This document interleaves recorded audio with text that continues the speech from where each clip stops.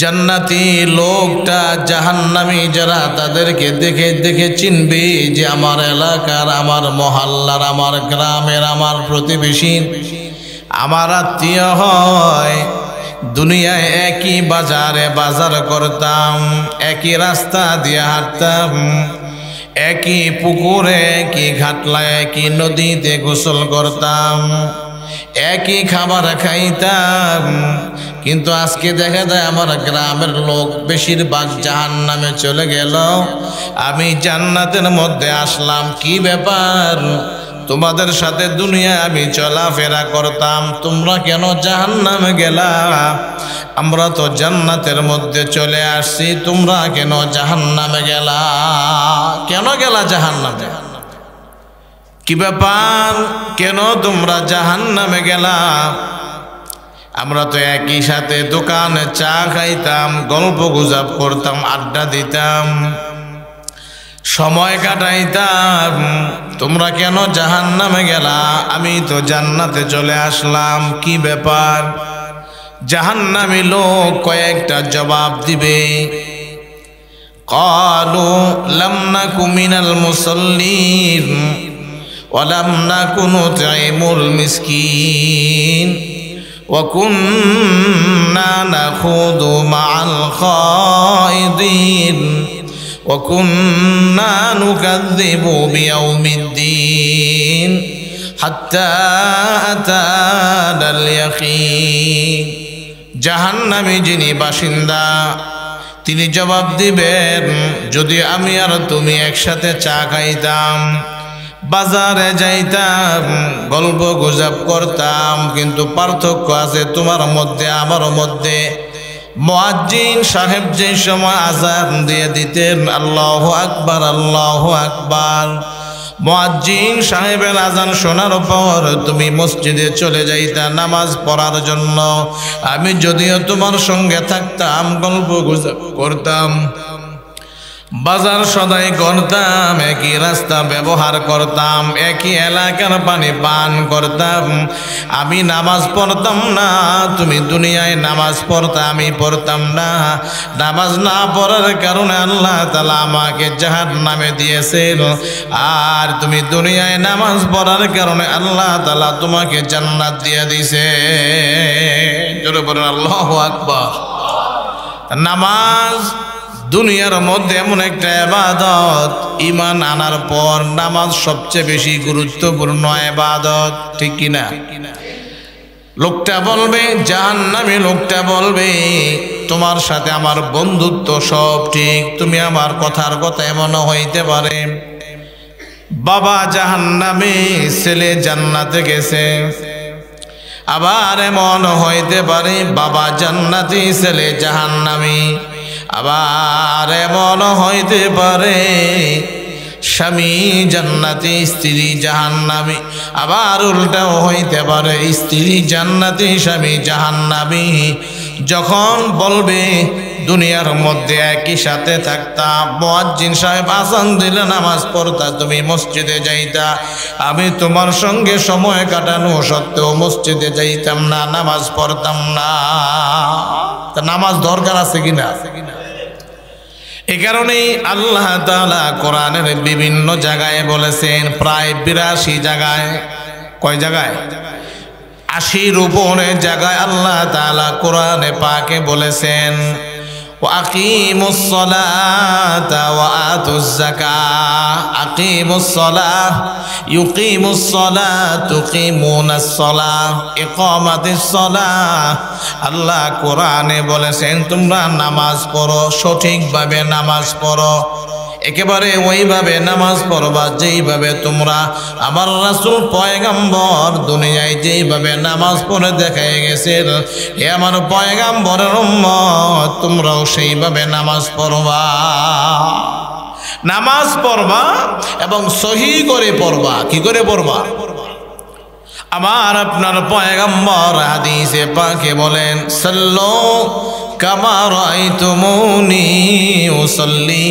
হে আমার সাহাবীরা, সাহাবায়ে কেরামদেরকে রাসূল প্রশ্ন করলেন, এই আমার সাহাবীরা, আপনারা নামাজ পড়বেন ওইভাবে আমি যেভাবে পয়গম্বর নামাজ পড়ি, আমি যেভাবে নামাজের মধ্যে দাঁড়াই, হাত তুলি, তাকবীর বলি, সূরা পড়ি, আত্তাহিয়াতুর সময় বসি, আমি যেইভাবে নামাজ পড়ি আপনারাও সেইভাবে নামাজ পড়বেন। এটাই হলো পয়গম্বরের আদর্শ, এর বাহিরে নামাজ পড়া পয়গম্বরের আদর্শ না। তিরমিজি শরীফের একটা হাদিস বলি, রাজি আছেন নি শুনতে? গুরুত্বপূর্ণ কথা। এই হাদিস রিওয়ায়াত করেছেন হযরত রেফা ইবনে রাফি রাদিয়াল্লাহু আনহু। তিনি হাদিস দেখছেন রাসূলের সাথে বসে বসে। আমাদের রাসূল মসজিদে বসা, মসজিদের পাশে বসা। এক সাহাবী নামাজ পড়তে আসলেন, জামাত ছাড়া একা একা নামাজ পড়লেন। যিনি নামাজ পড়তে আসলেন ওনার নাম খাল্লাদ ইবনে রাফি। সাহাবীর নাম কি? খাল্লাদ ইবনে রাফি রাদিয়াল্লাহু আনহু।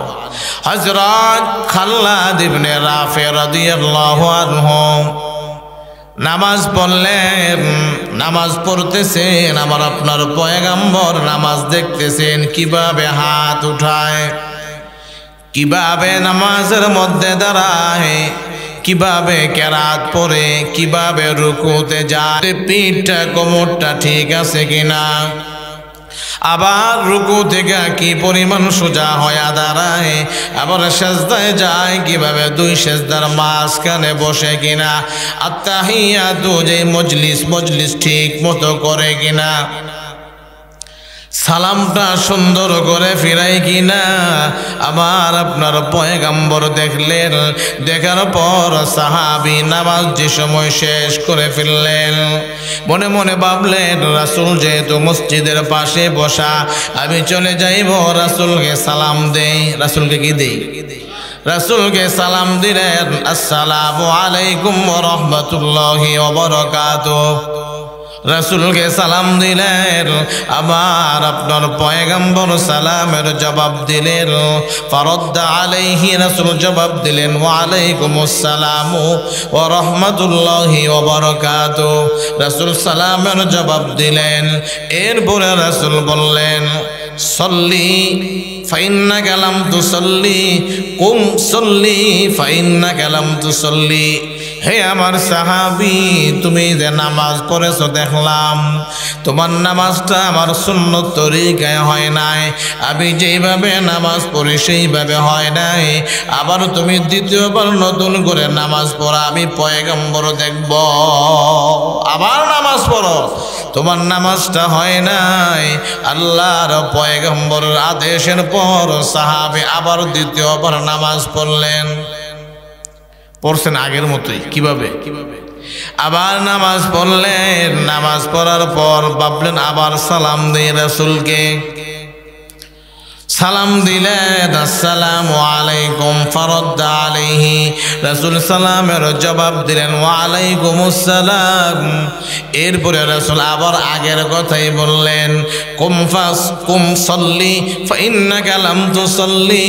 হে আমার সাহাবী, তুমি যে নামাজ পড়ছো তোমার নামাজটা সহিভাবে সুন্দরভাবে হয় নাই, আবার যাও আবার নামাজ পড়ো। এই সাহাবী হযরত খাল্লাদ ইবনে রাফি রাদিয়াল্লাহু আনহু আবার তৃতীয়বার গিয়া, 3 নম্বর বার গিয়া আবার নামাজ পড়লেন। নামাজ পড়ার পর আবার চলে যাইতেছেন, রাসূলকে সালাম দিলেন, আসসালামু আলাইকুম। রাসূল সালামের জবাব দিলেন। জবাব দেওয়ার পর আবার রাসূল একই কথা বললেন, কুম সল্লি ফাইন্নাকা লাম তুসল্লি। হে আমার সাহাবী, তুমি যে নামাজ পড়েছো তোমার নামাজটা সুন্দর সহিভাবে হয় না, আবার যাও নামাজ পড়ো। কয়বার পড়ছেন? আবার পড়ো, আবার পড়ো, আবার পড়ো। এবার সাহাবী জবাব দিলেন, আল্লিমনি ইয়া রাসূলুল্লাহ মা আহসানা গায়রাহা। ওগো আল্লাহর পয়গম্বর, আমি কয়েকবার নামাজ পড়লাম, আপনি নামাজ পড়ার পর সালাম দেবার পর জবাব দেবার পর আপনি বলেন আমার নামাজ হয় না, আবার পড়তে, আবার পড়লাম, আবার পড়তে বলেন, আবার পড়লাম, আবার পড়তে বললেন। ওগো আল্লাহর পয়গম্বর, আমি এর চাইতে সুন্দর করে আর নামাজ পড়তে পারি না, মেহেরবানি করে আপনি আমাকে নামাজ শিখাই দেন। জোরে বলেন আল্লাহু আকবার। আমি এর চাইতে ভালো করে কি করতে পারি না, নামাজ পড়তে পারি না, আপনি আমাকে নামাজ শিখাই দেন। এরপরে রাসূল বললেন সাহাবীকে লক্ষ্য করে, আপনি নামাজ এইভাবে দাঁড়াইবেন, এইভাবে হাত তুলবেন, সূরা ফাতিহা পড়বেন, সহিহ করে তেলাওয়াত করে কোরআন তেলাওয়াত করবেন, আর একটা সূরা মিলাইবেন, তারপরে রুকুতে যাইবেন, পিঠটা কোমরটা সোজা রাখবেন, সামি আল্লাহু লিমান হামিদা বলে দাঁড়াইবেন, সোজা হয়ে দাঁড়াইবেন, এরপরে সেজদায় যাইবেন, দুই সেজদার মাঝখানে বসবেন, দ্বিতীয় সেজদা করবেন, তারপর আত্তাহিয়াতু দুরূদ শরীফ দোয়ায়ে কুনুত পড়বেন, দোয়ায়ে মাসুরা পড়বেন, এরপরে সালাম ফিরাইবেন। এরপরে রাসূল বললেন এইভাবে নামাজ পড়বে, সাল্লু কামা রাআইতুমুনি উসাল্লি, আমি যেইভাবে নামাজ পড়লাম, নামাজ পড়ার কথা বললাম, হে আমার সাহাবীরা তোমরা ঠিক তদ্রূপ এমনভাবে এইভাবে নামাজ পড়বা। বোঝা যায় নামাজ শিখার দরকার আছে। এই নামাজ শিখার কি আছে? একবার দুইবার তিনবার পড়া দরকার ছিল, এরপর আবার বলছেন কি যে নামাজটা আমার শিখাই দেন, আমি পারি না। নামাজ শিখা দরকার। এই কারণেই আমার আপনার পয়গম্বর বলেন আউয়ালু মা ইউহাসাবু বিহিল আবদু ইয়াউমাল কিয়ামাতিস সালাহ, কবরের মধ্যে লাশ রাখার পর সর্বপ্রথম যে প্রশ্ন করা হইবে, এর মধ্য থেকে একটা প্রশ্ন হইবে নামাজ তুমি ঠিক মতো পড়ছো কিনা, নামাজ পড়ছো কিনা। যদি নামাজের হিসাব দিতে পারে, বাকি যত প্রশ্নগুলো রয়েছে, বাকি প্রশ্নগুলোর জবাব দেওয়া তার জন্য সহজ হয়ে যাইবে। কথা লম্বা করব না, একটা হাদিস বলি, এই ব্যাপারে হাদিস আসছে।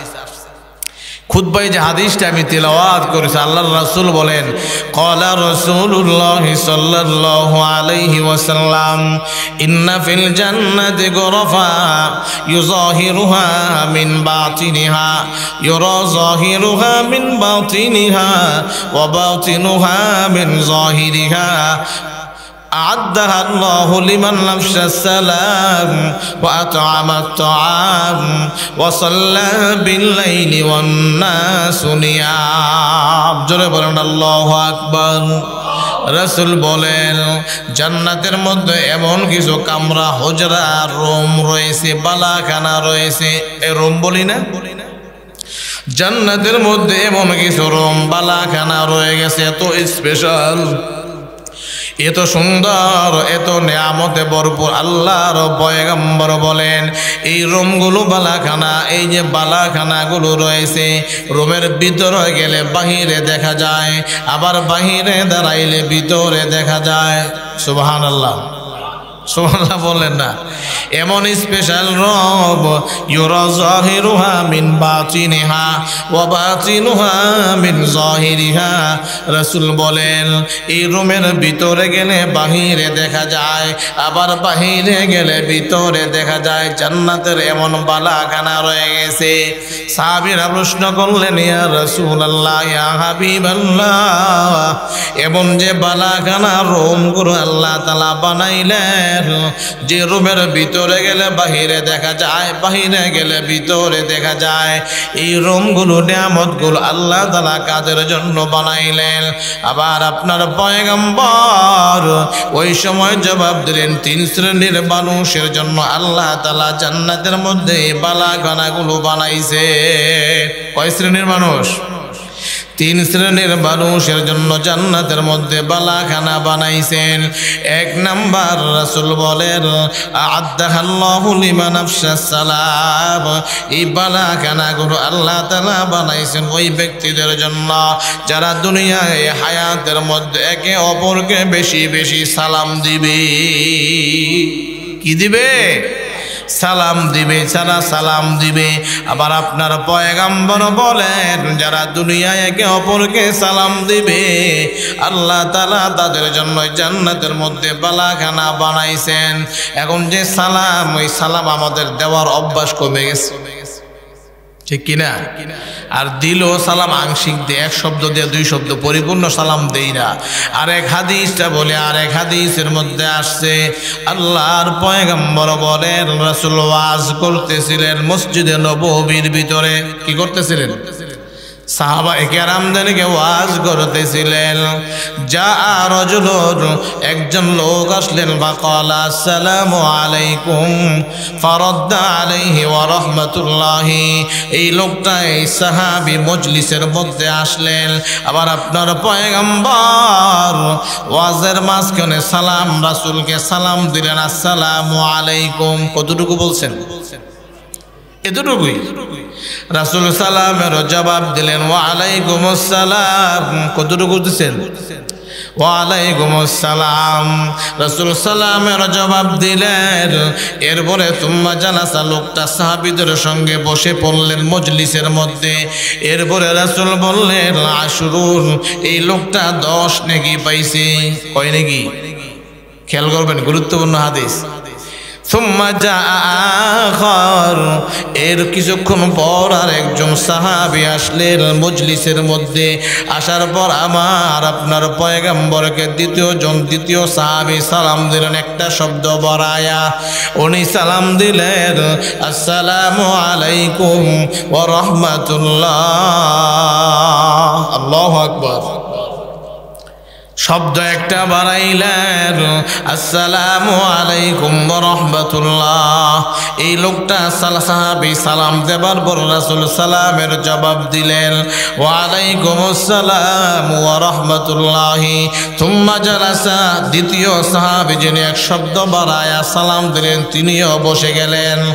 এবার রাসূল জবাবে তার ক্ষেত্রে বললেন, নেকি পাওয়ার ক্ষেত্রে বললেন, ইশরুর। আবার এই সাহাবী 20 নেকি পাইছে। কয় নেকি পাইছে? আগের সাহাবী কত নেকি পাইছিলেন? 10 নেকি। দ্বিতীয় সাহাবী কয় নেকি?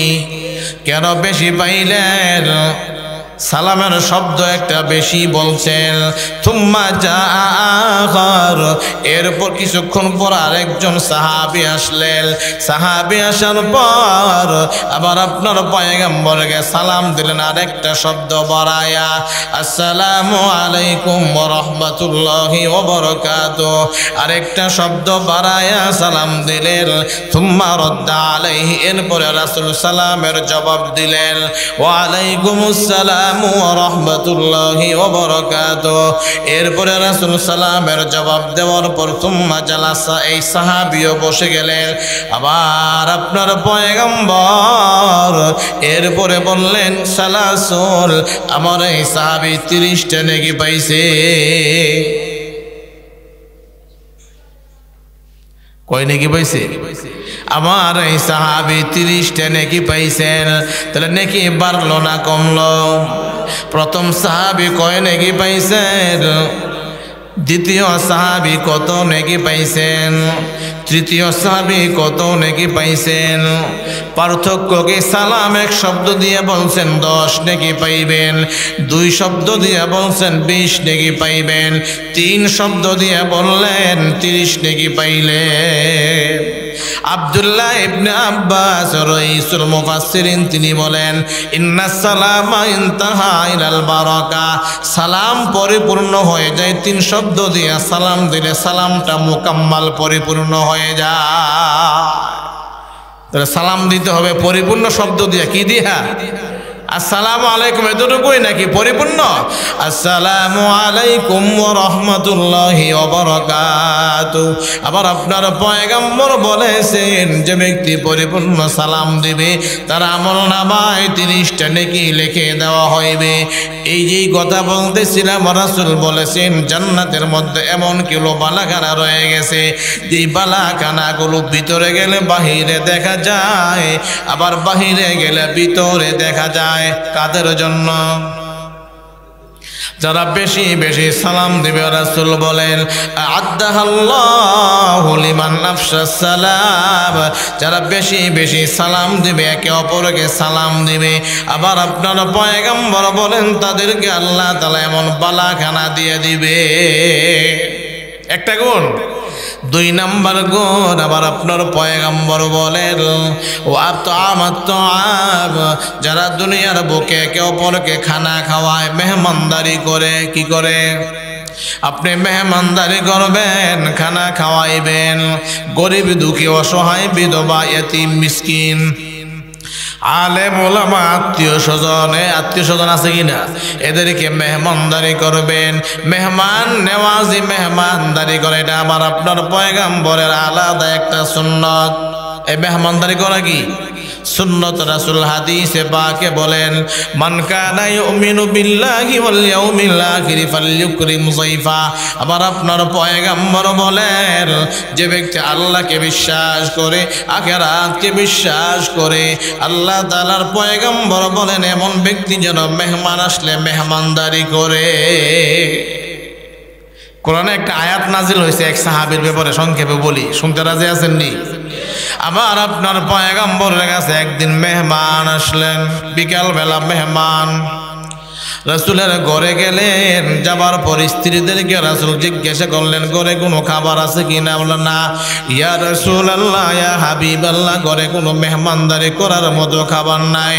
আবার আপনার পয়গম্বর মসজিদে নববীর ভিতরে গিয়ে সাহাবায়ে কেরামদেরকে বললেন, এ আমার সাহাবীরা, আমার একজন মেহমান আসছে, কে আছেন আপনাদের মধ্যে আমার এই মেহমানকে মেহমানদারি করাইবেন? ওই সাহাবী একজন হাত তুলে বললেন, ইয়া রাসূলুল্লাহ, ইয়া হাবিবাল্লাহ, আমি আপনার সাহাবীকে মেহমানদারি করাইব। এই সাহাবী বাড়িতে গেলেন, স্ত্রীকে জিজ্ঞাসা করলেন যে ঘরে খানা পিনা আছে কিনা। স্ত্রী বললেন, সামান্য কিছু খাবার আছে, যে খাবারগুলো একজন মানুষ খানা খাওয়া যাবে, কিন্তু আমাদের সন্তান আছে 2 জন, আমি একজন 3 জন, আপনি একজন 4 জন। কয়জন হয়েছে?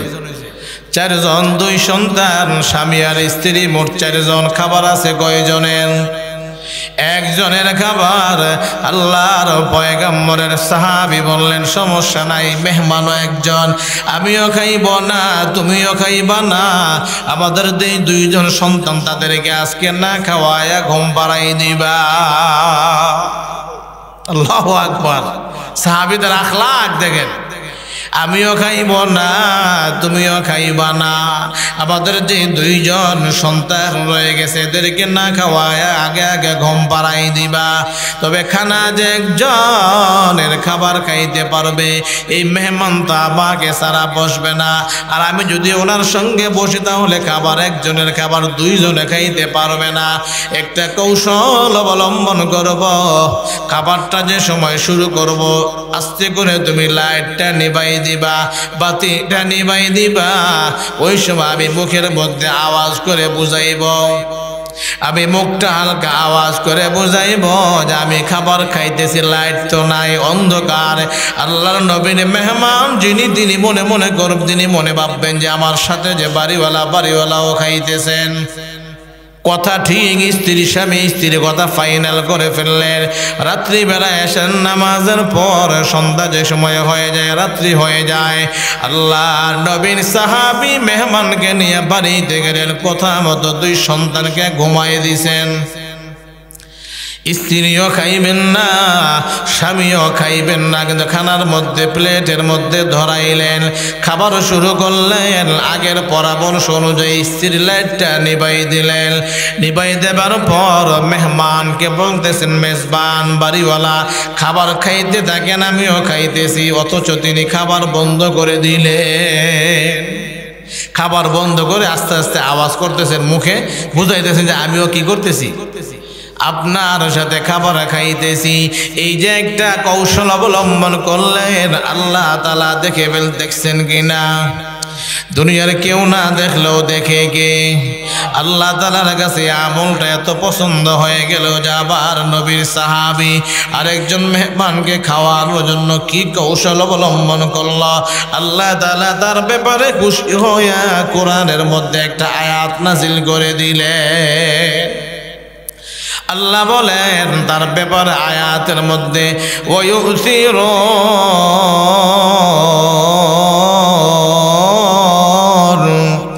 ويؤثرون على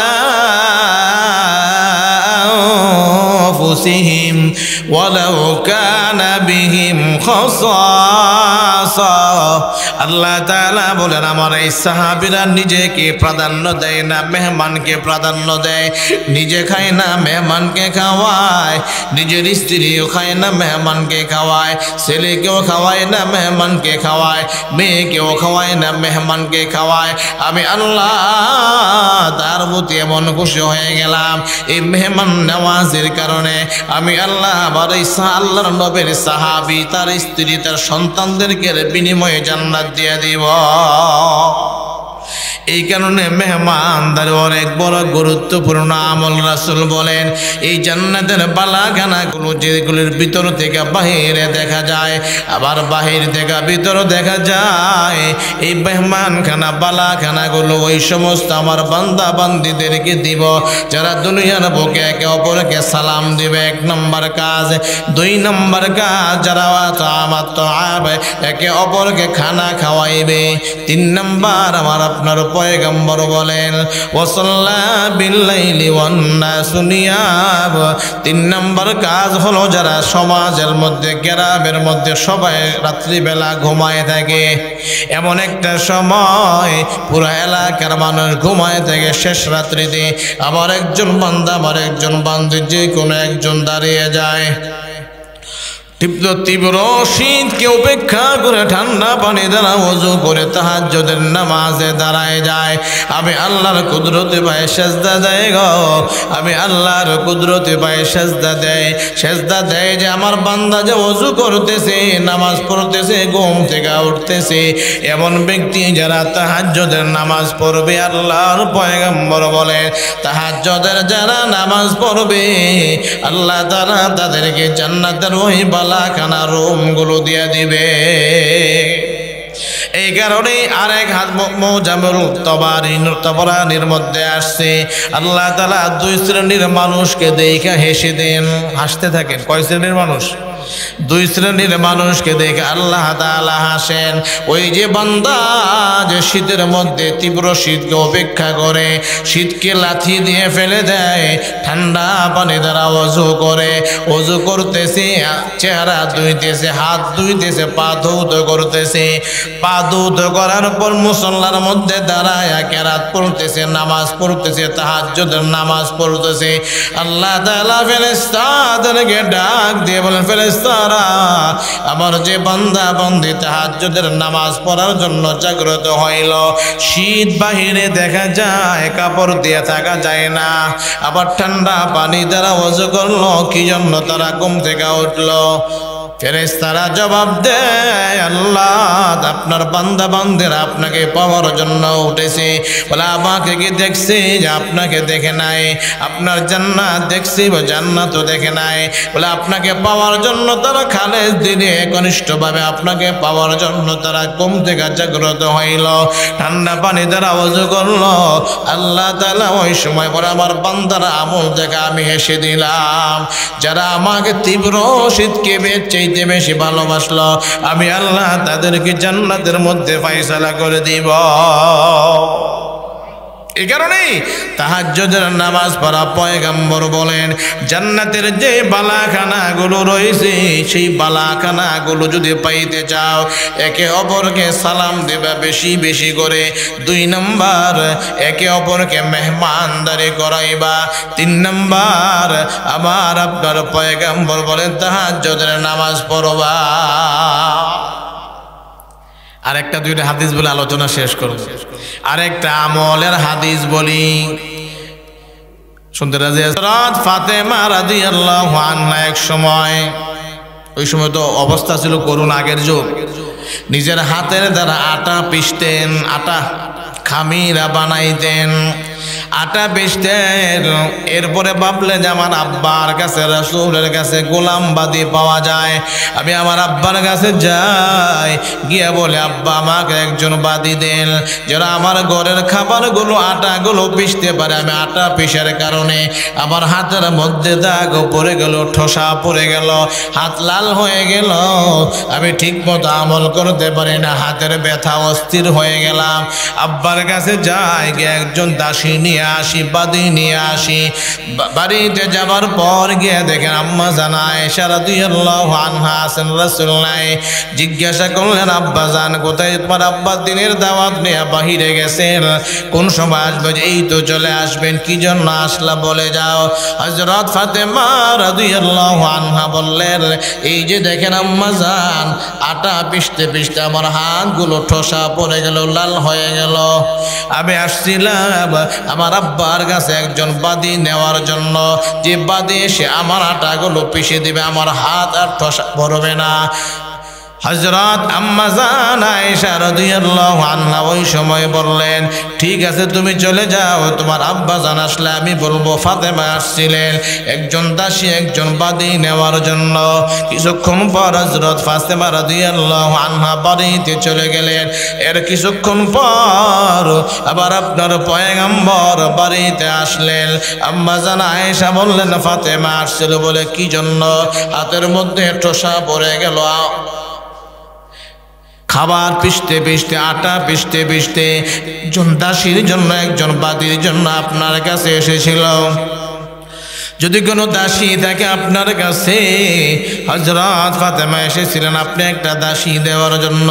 রাসূল বললেন আমি তাহলে ফাতেমার বাড়িতে যাই।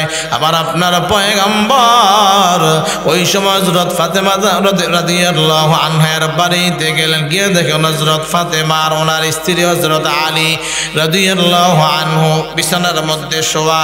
আবার আপনার পয়গম্বর ডাক দিলেন হে আলী, হে ফাতেমা ঘরে আসো। যে হা। হযরত আলী বিছানা থেকে উঠতে চাইলেন, রাসূল বললেন না একসাথে শুয়ে থেকো, বসে থেকে উঠতে হইবে না। আবার আপনার পয়গম্বর হযরত ফাতেমাকে বললেন কি জন্য গিয়েছিল? যে আব্বা হাতগুলো দেখেন ঠোসা পড়ে গেল, লাল হয়ে গেল। একটা দাসী যদি আপনার কাছে থাকে, বাদী যদি থাকে, যদি মেহেরবানি করে আমাকে একটা দাসী দিতেন, বাদী দিতেন।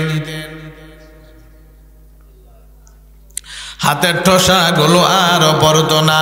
আমার আপনার পয়গম্বর ওই সময় বললেন হে ফাতেমা তুমি কি ক্ষণস্থায়ী দুনিয়ার জন্য আমার কাছে ঠোসা যেন না পড়ে একজন দাসী চাও, নাকি এর চাইতে উত্তম বিনিময় জান্নাতে তুমি যাইতে চাও? দাসী চাও না জান্নাতে যাইতে চাও? বলে আমি জান্নাতে যাইতে চাই। হযরত ফাতেমা রাদিয়াল্লাহু আনহাকে রাসূল বললেন আমি এমন একটা আমল বলে দিব যে আমলটা যে ব্যক্তি 5 ওয়াক্ত ফরজ নামাজের পরে পড়তে পারে। কয় ওয়াক্ত? 5 ওয়াক্ত ফরজ নামাজের পরে যে ব্যক্তি যে মহিলা পড়তে পারে, আমি পয়গম্বর ঘোষণা দিলাম এই লোকের সারা জীবনের গুনাহ, এই মহিলার সারা জীবনের গুনাহ আল্লাহ তাআলা মাফ করে দিবে। শুনতে রাজি আছেন না আমলটা? রাসূল বলেন মান সাব্বাহাল্লাহ সালাসাও ওয়া সালাসিনা দুবুরা কুল্লি সালাতিল, যেই ব্যক্তি যেই পুরুষ যেই মহিলা প্রত্যেক ফরজ নামাজের পর 33 বার সুবহানাল্লাহ সুবহানাল্লাহ সুবহানাল্লাহ পড়বে। কয়বার? প্রত্যেক ফরজ নামাজের পর 33 বার পড়বে। কি কয়বার? কয় নামাজের পর? 5 ওয়াক্ত নামাজের পর। মান সাব্বাহাল্লাহ সালাসাও ওয়া সালাসিনা, যে ব্যক্তি দুবুরা কুল্লি সালাতিন প্রত্যেক ফরজ নামাজের পর 33 বার সুবহানাল্লাহ ওয়া হামিদাল্লাহ সালাসাও ওয়া সালাসিনা, প্রত্যেক ফরজ নামাজের পর 33 বার আলহামদুলিল্লাহ। কত হইল? 33 33 কত? কি সংখ্যা ভুলে গেছেন গা? কত? 66 সংখ্যা হয়ে গেল। 33 বার সুবহানাল্লাহ, 33 বার আলহামদুলিল্লাহ। এরপরে রাসূল বলেন ওয়া কাব্বারাল্লাহ সালাসা ওয়া সালাসিন, এরপরে যে ব্যক্তি 33 বার বলবে আল্লাহু আকবার আল্লাহু আকবার আল্লাহু আকবার আল্লাহু আকবার, 33 বার বলবে আল্লাহু আকবার। কত হইল? 99 বার। এরপর আবার আপনার পয়গম্বর বলেন ওয়াকালা বিতামামি মিয়াতি কওলি হাদা লা ইলাহা ইল্লাল্লাহু ওয়াহদাহু লা শারীকা লাহু লাহুল মুলকু ওয়া লাহুল হামদু ওয়া হুয়া আলা কুল্লি শাইইন কাদির। 100 নম্বর যে সংখ্যাটা রয়েছে এটা পরিপূর্ণ করবে এই দোয়াটা পড়ে লা ইলাহা ইল্লাল্লাহু ওয়াহদাহু লা শারীকা লাহু লাহুল মুলকু ওয়া লাহুল হামদু ওয়া হুয়া আলা কুল্লি শাইইন কাদির। এই দোয়াটা 100 নম্বর বার সংখ্যাটা পরিপূর্ণ করবে। ঠিক যারা নিয়মিত 5 ওয়াক্ত নামাজের পরে আমলটা করবে, আবার আপনার পয়গম্বর বলেন হুজ্জাত খাতায়াহ, তার সারা জীবনের গুনাহগুলো আল্লাহ তাআলা মাফ করে দিবেন। ওয়া ইন কানাত মিথলা জাবাদিল বাহার, যদিও তার গুনাহ সমুদ্রের ফেনা পরিমাণ হয়, এরপর আল্লাহ তাআলা 5 ওয়াক্ত ফরজ নামাজের পরে এই তাসবিহগুলো পাঠ করলে আল্লাহ তার জীবনের সমস্ত গুনাহগুলো মাফ করে দিবেন। হযরত ফাতেমা রাদিয়াল্লাহু আনহা হাদিস শোনার পর বললেন ইয়া রাসূলুল্লাহ, ইয়া হাবিবাল্লাহ, আমার দাসী দরকার নাই, আমার বাদী দরকার নাই, আমি মৃত্যু পর্যন্ত আজকে থেকে আমল ছাড়ব না। হযরত আলী বলেন ইয়া রাসূলুল্লাহ, ইয়া হাবিবাল্লাহ, আমি মৃত্যু পর্যন্ত আমল ছাড়ব না। অনেক দিন পর, কয়েক বৎসর পর হযরত আলীকে এক সাহাবী জিজ্ঞাসা করেছিলেন, হে আলী, রাসূল তো দুনিয়ায় নাই, তুমি তো আমলটা শিখছিলে 5 ওয়াক্ত নামাজের পরে 33 বার সুবহানাল্লাহ, 33 বার আলহামদুলিল্লাহ, 33 বার আল্লাহু আকবার, এই আমলটা এখন করো কিনা? হযরত আলী জবাবে বললেন, আমি এখন করি কিনা শুধু তাই নয়, আমি জিহাদের ময়দানে গেলে, যুদ্ধের ময়দানে গিয়া নামাজ পড়লো, নামাজের পরে আমলটা নিয়মিত করতেছি। এই হাদিসটা আমল করবেন নি? দেখি কে হাত তোলেন তো, কে আল্লাহ তুমি কবুল করো, আমিন আমিন। আরেকটা হাদিস বলে আজকে দোয়া হবে ইনশাআল্লাহ। হাদিসটা বলে দোয়া হবে সংক্ষিপ্ত। মা বোন আছে না আশেপাশে, এদের ব্যাপারে একটা হাদিস আল্লাহর রাসূল বলে গেছেন, এটি শেষ আজকে আমার আলোচনা। আল্লাহর রাসূল বলেন ক্বালা রাসূলুল্লাহি সাল্লাল্লাহু আলাইহি ওয়াসাল্লাম আল মারআতু ইযা সাল্লাত খামসাহা ওয়া সামাত শাহরাহা ওয়া আহসানাত ফারজাহা ওয়া আতাআত বালাহা ফালতাদখুল মিন আইয়াবিল জান্নাতি শাআত। রাসূল বলেন আমার উম্মতের মধ্যে নারী যারা 4টা কাজ করতে পারবে, রাসূল বলেন জান্নাতের 4টা দরজা। কয়টা দরজা? জান্নাতের দরজা 8টা। রাসূল বলেন আমার উম্মতের যে নারী, যে মহিলা 4টা কাজ, 4টা আমল করতে পারবে, এই 8টা দরজার যে কোনো দরজা দিয়ে এই মহিলা জান্নাতে যাইতে পারবে। সূক্ষ্ম একটা কথা, যদি বলে আপনার জন্য একটা দরজা বাজেট, এর বাহিরে আপনি যাইতে পারবেন না, আর আরেকজনকে বললেন যে আপনার জন্য 8টা দরজা বাজেট, আপনার যেটা দিয়ে মনে চাই সেটা দিয়ে যাইতে পারবেন, তার সম্মান কার বেশি, প্রথমের না দ্বিতীয়? দ্বিতীয় ব্যক্তি। রাসূল বলেন ফালতাদখুল মিন আবওয়াবিল জান্নাতি শাআত, জান্নাতের 8টা দরজার মধ্য থেকে যেই দরজাটা দিয়ে মনে চাই সেই দরজা দিয়ে জান্নাতে যাইতে পারবা। সেই 4টা কাজ জানা দরকার আছে কিনা? 1 নাম্বার, রাসূল বলেন মারআতু ইযা সাল্লাত খামসাহা, আবার উম্মতের যে নারী 5 ওয়াক্ত নামাজ পড়বে। কয় ওয়াক্ত নামাজ? কয় ওয়াক্ত নামাজ? 5 ওয়াক্ত নামাজ পড়বে। আবার আপনার পয়গম্বর বলেন অন্য হাদিসের মধ্যে নামাজ পড়তে হবে সময় মতো। এক সাহাবী প্রশ্ন করলেন আইয়ুল আমালি আফজল, ওগো আল্লাহর রাসূল, ইসলামের মধ্যে কোন আমলটা করা উত্তম, কোন আমল উত্তম? রাসূল জবাবে বললেন আসসালাতু আলা ওয়াক্তিহা, ইসলামের মধ্যে উত্তম আমল হইল নামাজ সময় মতো পড়া। কি মতো পড়া? শুধু নামাজ পড়া বলছে নাকি সময় মতো? সময় মতো পড়া বললেন এই হাদিসের মধ্যে।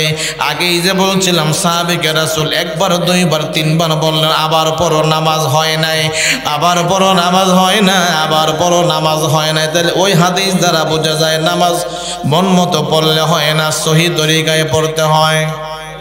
রাসূলের সুন্নত তরিকায় পড়তে হয়, তাহলে নামাজ সুন্নত তরিকায় পড়তে হয়, সময় মতো পড়তে হয়।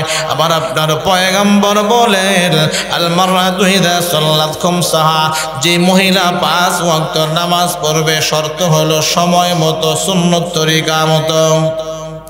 আমাদের দেশের মহিলারা মা বোনদের আসরের নামাজ পড়ে মাগরিবের আগে দেয়, কাম কাজ করে বিভিন্ন কাজে আসর নামাজ পড়ে কোনো সময়, আর যখন নামাজ পড়ে আসরের আগ মুহূর্তে সময় মতো হয়েছে। রাসূল বলেন আর সালাতু আলা ওয়াক্তিহা, নামাজ পড়বা সময় মতো, আবার সুন্নত তরিকায় পড়বা। আবার উম্মতের যে নারী 5 ওয়াক্ত নামাজ পড়বে সময় মতো সুন্নত তরিকায়, ওয়াসামাত শাহরহা, রমজান মাসের রোজা রাখবে। কোন মাসের? ফরজ, ফরজ, নফল তো আছে। সুস্থ থাকলে রমজান মাসের রোজা রাখবে। তাহলে একটা আমল হইল 5 ওয়াক্ত নামাজ পড়া। 2 নম্বর আমল রমজান মাসের রোজা রাখা। কয়টা? 2টা আমল। একটা 5 ওয়াক্ত নামাজ পড়া, 2 নম্বর রমজান মাসে রোজা রাখা, 3 নম্বর রাসূল বলেন ওয়া আহসানাত ফারজাহা, নিজের লজ্জাস্থানের হেফাজত যে মহিলা করবে, স্বামী নাই কোনো সমস্যা নাই, লজ্জাস্থানের হেফাজত করবে। স্বামী টাকা থাকে, ব্যবসা করে, চাকরি করে, দূরে থাকে অথবা প্রবাসী বিদেশে থাকে, লজ্জাস্থানের হেফাজত করবে। রাসূল বলেন 4 গুণ যার মধ্যে থাকবে, যে নারীর মধ্যে জান্নাতের 8 দরজার মধ্য থেকে যে কোনো দরজা দিয়ে প্রবেশ করতে পারবে। 1 নম্বর 5 ওয়াক্ত নামাজ পড়া, 2 নম্বর রমজানের রোজাগুলো রাখা, 3 নম্বর পয়গম্বর বলেন ওয়া আহসানাত ফারজাহা, মহিলা তার লজ্জাস্থান সতীত্ব রক্ষা করবে। 4 নম্বর পয়গম্বর বলেন ওয়া আতাআত বালাহা, যে মহিলা তার স্বামীর আনুগত্য করবে। কি করবে? হালাল আনুগত্য, হারাম না, ইসলামে জায়েজ না সেগুলি না। ওয়াতাআত বালাহা, যে মহিলা তার স্বামীর আনুগত্য করবে। কয়টা কাজ হইল? সবাই বলেন কয়টা? 1 নম্বর 5 ওয়াক্ত নামাজ পড়া, 2 নম্বর রমজানের রোজা রাখা, 3 নম্বর নিজের সতীত্ব রক্ষা করা, 4 নম্বর পয়গম্বর বলেন নিজের স্বামীর আনুগত্য করা হালাল কাজের। এমন 4টা কাজ যে মহিলা করবে, পয়গম্বর বলেন ফালতাদখুল মিন আবওয়াবিল জান্নাতি শাআত, এই মহিলা জান্নাতের 8টা দরজার মধ্য থেকে যে কোনো দরজা দিয়ে মন চায় জান্নাতে প্রবেশ করতে পারবে। সংক্ষিপ্ত কিছু আলোচনা করলাম। আল্লাহ আমাদেরকে বুঝার আমল করার তৌফিক দান করুন। আমিন।